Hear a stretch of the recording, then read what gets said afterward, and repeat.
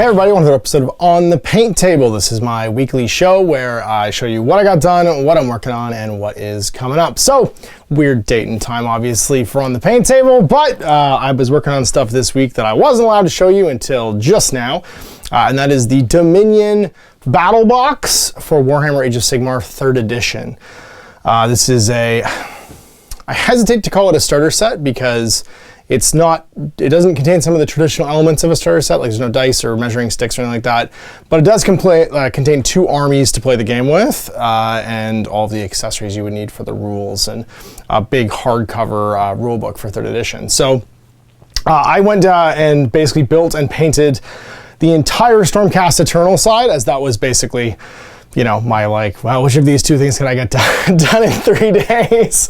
No, the answer, 4 days, the answer is going to be the Stormcast, obviously, just for a bunch of reasons. And I'm super happy with them. They look really cool. They were fun models to build and paint. And next week I'm going to work on the Cruel Boys, which is the new Orc War Clans stuff. Maybe Orc War Clans? I mean, it's got the Orc War Clans tag. So I've got those later to show you. So this was a big week, obviously, for painting. I painted 21 models? 21 models, yes, 4, 10, 1, 10, yeah, 21 models for the Stormcast, and I've got a whole bunch. I got another 40-something models to build and paint, I think, 10, 20, 30, 34, 35, 38, 39 maybe, 40, yeah, 39, I think it's 39 models for the bad guys, for the Cruel Boys, oh, bad guys, Cruel Boys, and 21 models for the Stormcast. There's 70 models in the box. So anyway, let's take a look at what got done. I'll walk you through how I painted the Stormcast stuff and give you a look at the sprues for the Cruel Boys, and yeah, and you can see what's coming up. And so here it is, the Dominion box, which Games Workshop was nice enough to send along as a free sample, containing all this stuff. It's about 1,360 points of Stormcast Eternals I painted up, and then about 940-ish points of Orc War Clans Cruel Boys, the new Orc sort of like design style for Age of Sigmar. So yeah, so here it is. Here's what I painted this week. I put this guy in for reference because I really wanted you to see how the stylistic changes have sort of made the Stormcast look significantly different. And actually, this guy is part of a 1,500 point army list that you can easily make out of this box because you just need a second battle line. We've got all the characters. The Lord Imperatant, which I did with Ashhead, obviously the bear head. He's the new, like, just better Lord Celestant. He's just real good with his Warhammer. These were airbrushed with Runelord Brass and then dry brushed with, I think it's Auric Gold. It's whatever the dry paint is, maybe Golden Griffin. And then I put all the details down, which were Doombull fur, I believe, for the capes and stuff. A bit of Dark Reaper on the cloak. Well, the feathers in the cloak and stuff like that, and actually for his Grifthound as well, who is, interestingly, doesn't have a separate profile. He's just part of this model that has its own attack profile and has to stay within an inch. So it's neat because you can actually measure the Lord Imperatant's attacks and also his bodyguard range for these guys off of the Grifthound. So he's a really interesting, he's actually super useful because he's part of the model and stays within an inch. So you just kind of, you use him to zone stuff and make sure stuff's in range. It's a really neat actual, like, way of making him useful and for measuring his command range and stuff too. So then I think some null oil gloss on the metallic bits. That's actually old chainmail on the scale mail, and the lightning bolts there on top, and a bit of null oil gloss on the leather. I think it's Gorthor brown on the leather wraps and stuff like that, and then on the metallics and stuff too. And everyone's picked it with highlights. The Doombull fur actually mixed in Bugman's Glow to highlight. I like to use flesh tones to highlight red to make it kind of that muted red. Same on the Knight Arcanum with her cool blind eyes. She's kind of like a Stormcast version of the Lore Seeker. She just, like, they speak in riddles. She's sort of like the prophets of Delphi. She's all high on lightning, and so she speaks in riddles, and she's kind of weird. And the other Stormcasts are like, what is she even talking about? Something frog melons. Like, what is even happening? But she's a cool, like, single cast, and she's got kind of a cool ball lightning spell. Again, I used, for the basing, I guess the thing that would be different on, well, not even different, but just like showing you this model, is I used the Sterling Mud Debris texture paint, and then dry brushed it with oh geez, the red brown. I can never I never remember the name of this red brown. It's like what old vermin fur is now. I cannot remember the name of it for the life of me. It's not Gorthor brown. Red brown, and then a bit of Screaming Skull at the end of it all. And then those tufts are Deadland tufts from Army Painter, which I really like as a muddy base. And then this lady, who I painted in 2 pieces, luckily her wings are fully detachable when it comes to like painting, so you can leave them off the whole painting process through. This is in, oh geez, what's her name? Indrasta? I can't remember. Oh god, I've totally messed it up now. Her name is Indrasta. She's the Huntress. She's basically like a... Put her on scale with the Lord Celestin Prime, but make her better. She has an amazing shooting attack with her spear. She's got a ton of army buffs, making stuff immune to battle shock, and also resurrecting 3 Winterless models every turn. You can see all that when I do the War Scroll reviews. And she's a beautiful plastic mini. She comes in the starter set along with... She's on the same frame with... I think the Annihilators, actually. Or no, she's on her own frame, actually, I think. The Annihilators are on a frame with this guy. And him, maybe? One of these guys is on the same frame. I don't tell. Oh, maybe it's these guys. Anyway, she's a gorgeous mini, cool centerpiece model to have in the box. Obviously, the Cruel Boys have the Kiloboss on Snaptooth, whatever it's called, Gnashtooth, which is their centerpiece mini, but she's a great 300 point murder machine. The biggest difference is painting wise for her. I used, for all the glowy bits, I used P3 Eldritch mixed with some white, and then for the wings, they were actually just prime black and then dry brush through a series of Imperial Hobbies grays, and then just given a dry brush with Longbeard, the dry paint. So hanging moss bits were painted with old camo green and then highlighted with, I think, scorpion green. I can't remember what it's called now. It's like the emerald green, just to give it like a kind of swampy look, because obviously it's supposed to all be taking place. The War for Amberstone Watch is taking place in a swamp against the Cruel Boys. We got our Cool Knight Vexilor bannered on up there. A little bit more attention to detail based on that. These are just Ricard flesh washed with regular Agrexar shade, and then highlighted up with a bit of bleach bone and white. Got our Annihilators and their cool boulder granite armor and great minis.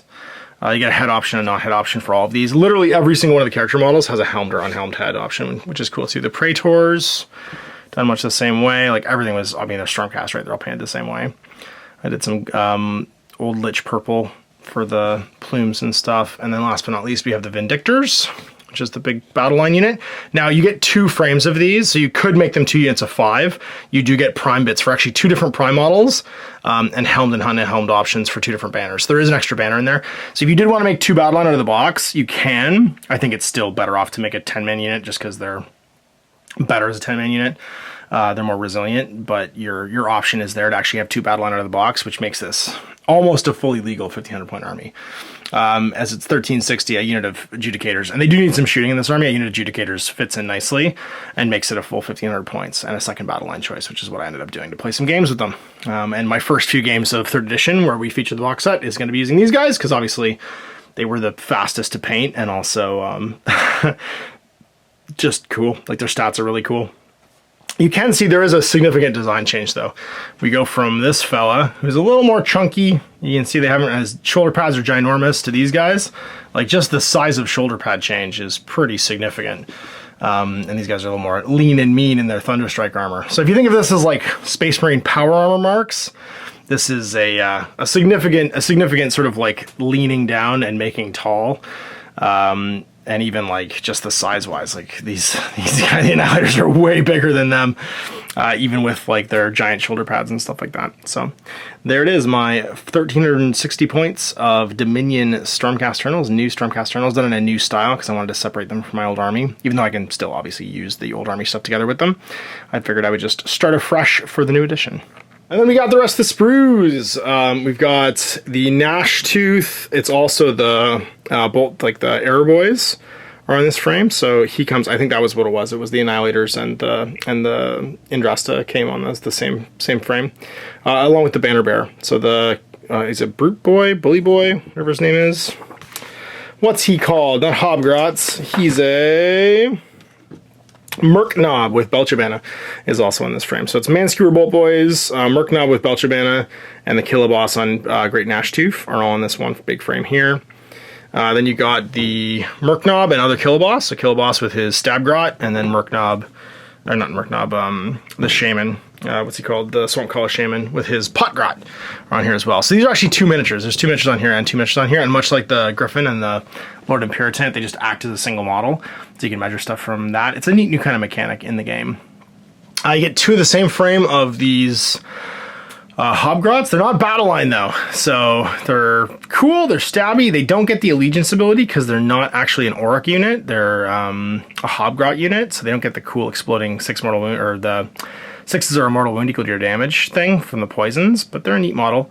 And obviously they may lean into something in the future because they're all wearing Chaos Dwarf armor. I don't know if you've looked at their armor plates, but that is legit Chaos Dwarf armor. And I mean, Games Workshop has a habit of doing wish listing things during edition changes. If you looked at 8th edition, you got things like Gene Stealer cults and you know, stuff we just thought they would never do, like like Mechanicus, Gene Stealer cults, just crazy cool stuff.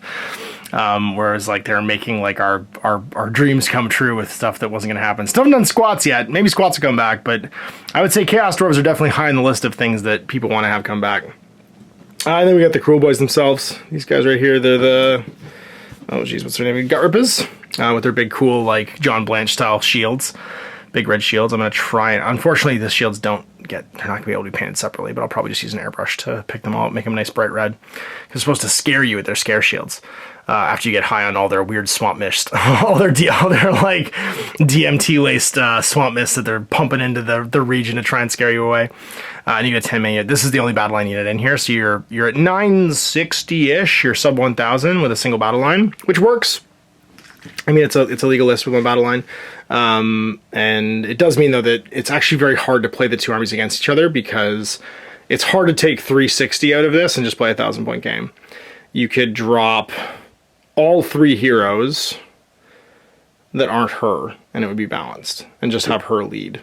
But then you'd have like it'd be, I don't know, there's got to be a way of doing it, but you don't really want to drop the units. You want, like, you don't have like an army of heroes, so it's a bit tough because she's 300 exactly, so she's not quite enough to just pull her out and then play a game. Although if you're just eyeballing playing open play, it's not really a huge deal. So I got another 21 models painted this week and 39 to go for the Dominion box. I'm going to try and get the Orc stuff crushed out, the Cruel Boys all painted next week, so I can maybe film with them on the weekend. And you'll be able to see a game with them the week after. They're 940 points-ish though, so a bit smaller of an army than the Stormcast. Luckily, I do have a Gatebreaker Gargant I could ally in to make it a 1,500 point game, which I'll probably do. And yeah, you'll be able to see those next week on the paint table. So until then, I'm Ash. How about you? I hope you enjoyed that video. If you want to support the channel, of course, like and subscribe and hit the little bell below so you get notifications when I post future content. I do post stuff 7 days a week. If you want to support the channel further, you can, of course, buy a t-shirt through Spreadshirts, buy a measuring gauge or objective markers from Death Ray Designs, or, of course, most importantly, there is Patreon. Patreon is what makes all this possible, keeps the lights on, pays for the studio costs, pays for the equipment, model costs, and everything else, and most importantly, puts food in my kids' bellies and a roof over their heads. Big thanks to everyone, past, future, who supported me. I do this stuff because of you guys, and of course, I will continue doing it as long as I can.